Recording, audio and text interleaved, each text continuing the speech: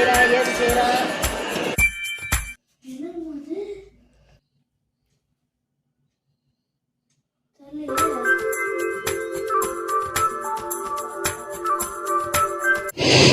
Friends, welcome back to my channel Sathya. இன்றைக்கி எப்பயும் போல் ஒரு இன்ட்ரெஸ்டிங்கான விலாக் பார்க்கலாம் வாங்க. அதுக்கு எல்லாத்துக்கும் முன்னாடி இனிய ஆங்கில தின புத்தாண்டு நல்வாழ்த்துக்கள். So happy new year to all. எல்லாத்துக்கும் எல்லாமே நல்லதாக நடக்கணும்னு நான் ஆசைப்பட்றேன்.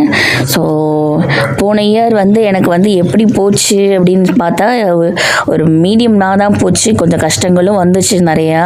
ஸோ இந்த இயர் நல்லபடியாக போகணும்னு வேண்டிக்கிறேன். உங்கள் எல்லாத்துக்கும் நல்லபடியாக போகணுன்னு வேண்டிக்கிறேன். நீங்களும் எங்களுக்காக ப்ரே பண்ணிக்கோங்க. ஸோ காலையில் இன்றைக்கி என்னென்னலாம் பண்ணிகிட்ருக்கேன்னு காமிக்கிறேன் வாங்க அவசரமாக. ஸோ காலையில் சிம்பிளாக முடிச்சாச்சு. அதுக்கப்புறம் மத்தியானத்துக்கு எதுவுமே வைக்கலை. கொஞ்சம் தான் இருந்தது, எல்லாமே லிமிட்டடாக.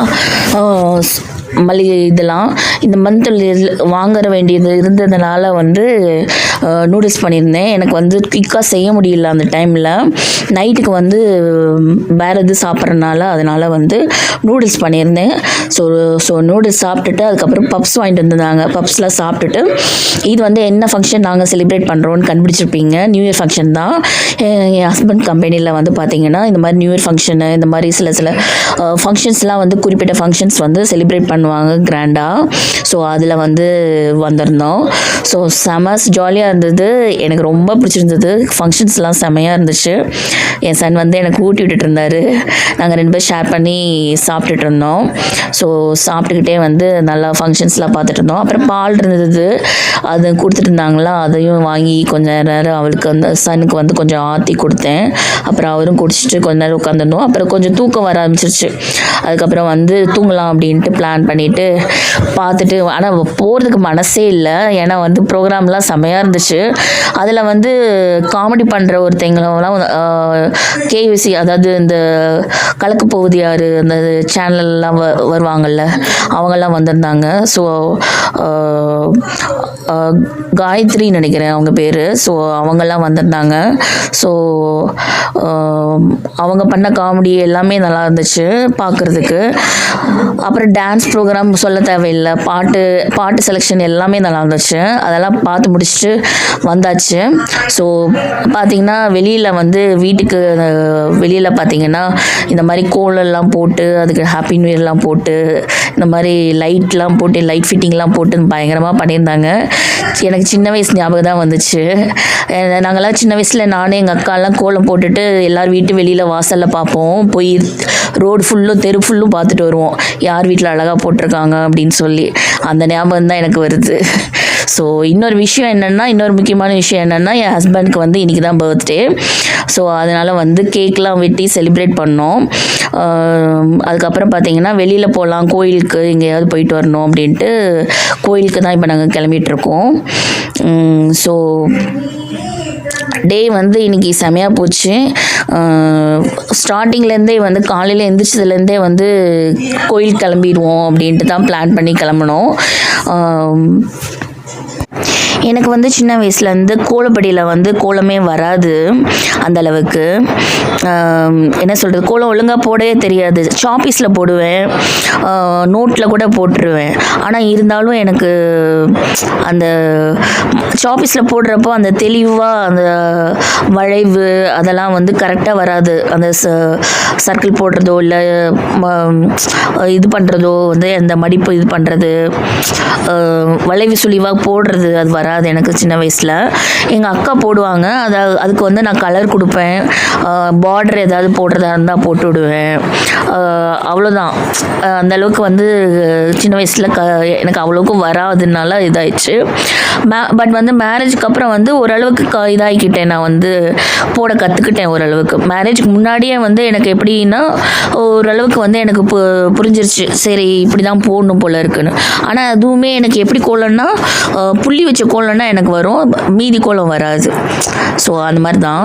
அதுக்கப்புறம் கோயிலுக்கு வந்தாச்சு. வந்துட்டு திருப்திகரமாக சாமி கும்பிட்டோம். சொல்லப்போனால் செம ஜாலியாக இருந்தது. இன்றைக்கி எனக்கு மனசும் கொஞ்சம் நிறைவாக இருந்துச்சு, நல்லா இருந்துச்சு. சரி சாமி கும்பிட்டுட்டு அதுக்கப்புறம் கொஞ்ச நேரம் வந்து வெளியில் கொஞ்ச நேரம் உட்காந்து திண்ணையில் உட்காந்துருந்தோம். உட்காந்து கொஞ்ச நேரம் அப்படியே வந்து சாதாரணமாக பேசி முடிச்சுட்டு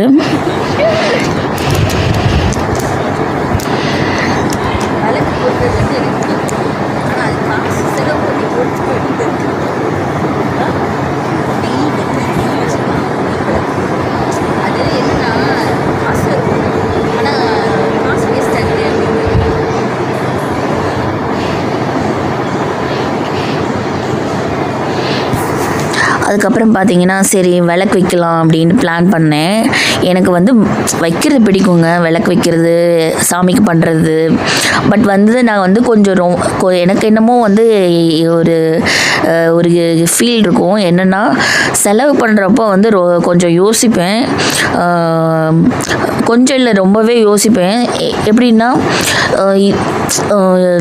பூ விற்கிறப்பவும் அப்படி தான். இப்போ எனக்கு வந்து நான் பூ வாங்குறேன்னு வச்சுக்கோங்களேன், அந்த பூ வந்து ஃபங்க்ஷன் அப்போ மட்டும்தான் வந்து வைப்பேன். டெய்லி வைக்கணும்னு நினைக்க மாட்டேன். டெய்லி வாங்கி தலையில் வச்சு செலவு பண்ணணும் கூட நினைக்க மாட்டேன். அந்த மாதிரி தான் சில விஷயங்கள் வந்து அந்த மாதிரி தான் இதாகுவேன். ஸோ அதுக்கப்புறம் வந்து சரி விளக்கு வைக்கலாம், இது வந்து நெய் தீபங்க, அதனால் வந்து சரி வைப்போம், விளக்கு எடுத்து வைப்போம் அப்படின்ட்டு. எனக்கு கோயிலுக்கு வர்றதே எப்போயாவது நம்ம டெய்லி வந்தால் அது பார்க்கலாம். என்றைக்கோ ஒரு நாள் வருமா, சரி சாமி கும்பிட்டுட்டு விளக்கு பொருத்தாமல் போனால் நல்லா இருக்காது அப்படின்ட்டு அப்புறம் ஹஸ்பண்ட்டை சொல்லி 50 ருபீஸ் சொல்லியிருந்தாங்கன்னு நினைக்கிறேன், நம்ம ஒரு பிளேட்டு. ஸோ அதனால் வந்து வாங்கி சரி வைப்போம் அப்படின்ட்டு எல்லாருமே இங்கே தான் வச்சுருந்தாங்க. ஃபஸ்ட் டைம் பண்ணுறப்போ சட்டுன்னு தீப்பெட்டி வந்து பற்றி டக்குன்னு விழுந்துருச்சு. அது இதாக இருந்தது, கஷ்டமாக இருந்தது. அப்புறம் அடுத்த டைம் பண்ணுறப்போ கரெக்டாக வந்துருச்சு. அப்புறம் விளக்கு ஏற்றிட்டு அப்போ கொஞ்சம் மனசு வந்து சாந்தமாச்சு. அப்படியே ரிலாக்ஸ்டாக எனக்கு வந்து மெடிடேஷன் பண்ணுறதுனா ரொம்ப பிடிக்கும். ஆனால் இப்போ வந்து என்னால் வந்து ஒரு 5 மினிட்ஸ் உட்கார்ந்தா கூட வந்து ஏதாவது ஒரு டிஸ்டர்பன்ஸ் வந்துட்டு தான் இருக்கும். எப்போ அந்த மாதிரி டிஸ்டர்பே இல்லாமல் ஒரு காமான பிளேஸில் உட்காந்து பண்ணணுன்னா நல்லாயிருக்கும். அது சூப்பராக இருக்கும். அந்த மைண்ட் ஃபீலிங் வந்து நல்லாயிருக்கும். எனக்கு ரொம்ப பிடிக்கும்.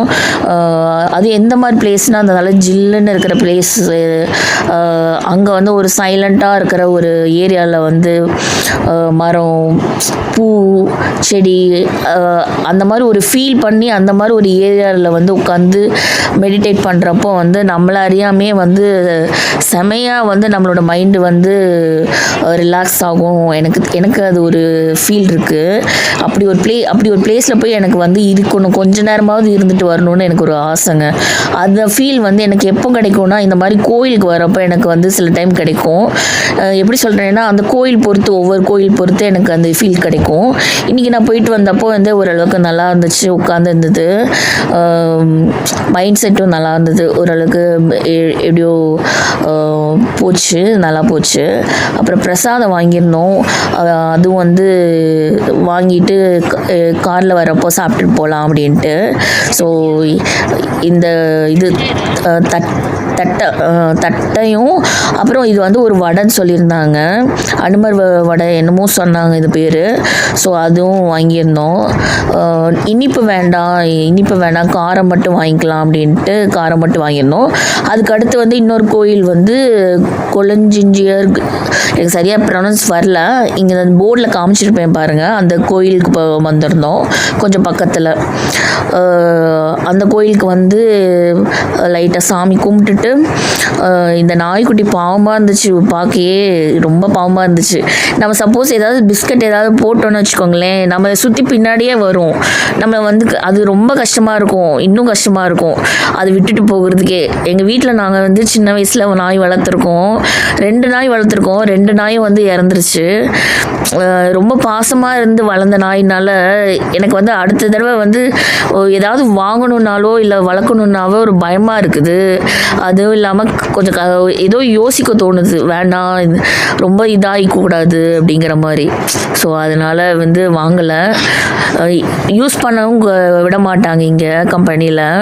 ஸோ அதுக்கப்புறம் பார்த்தீங்கன்னா டைரெக்டாக வந்து சாப்பிட வந்தாச்சு.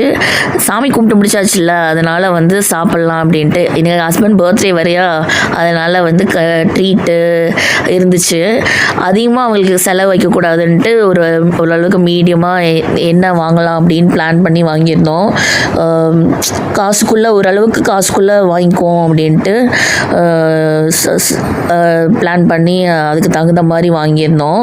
அதுக்கப்புறம் லாஸ்ட்டாக ஃபைனலாக வந்து ஐஸ்கிரீம் சாப்பிட்டோம். எனக்கு வந்து ஐஸ்கிரீம்னால் ரொம்ப பிடிக்கும். அதில் வந்து மேங்கோ ஃப்ளேவர், ஸ்ட்ராபெரி ஃப்ளேவர், அப்புறம் வேறு என்ன, இந்த மாதிரி நிறைய பிடிக்கும். ஃபலூடா ரொம்ப பிடிக்கும். ஃபலூடா கேட்டேன், இல்லைன்ட்டாங்க. இதெல்லாம் வந்து நாங்கள் வந்து ஹஸ்பண்ட்க்கு வந்து கொடுத்த கிஃப்ட்ஸு. நானும் என் சன்னும் சேர்ந்து தான் கொடுத்தோம். அமௌண்ட்டு பார்த்தீங்கன்னா நாங்கள் கொஞ்சோண்டு சேர்த்து வச்சுருந்தோம். அந்த அமௌண்ட்டும் அப்புறம் ஹஸ்பண்ட் கொடுத்த அமௌண்ட்டும் வச்சு தான் நாங்கள் வாங்கியே கொடுத்தது. தனியாக நம்ம வந்து பிஸ்னஸ் பண்ணி இல்லை ஏதாவது நம்ம வேலை பார்க்கறதா இருந்தால் நம்ம அமௌண்ட்டில் கொடுக்கலாம். இது எல்லா அமௌண்ட்டுமே அவங்களோட தான்.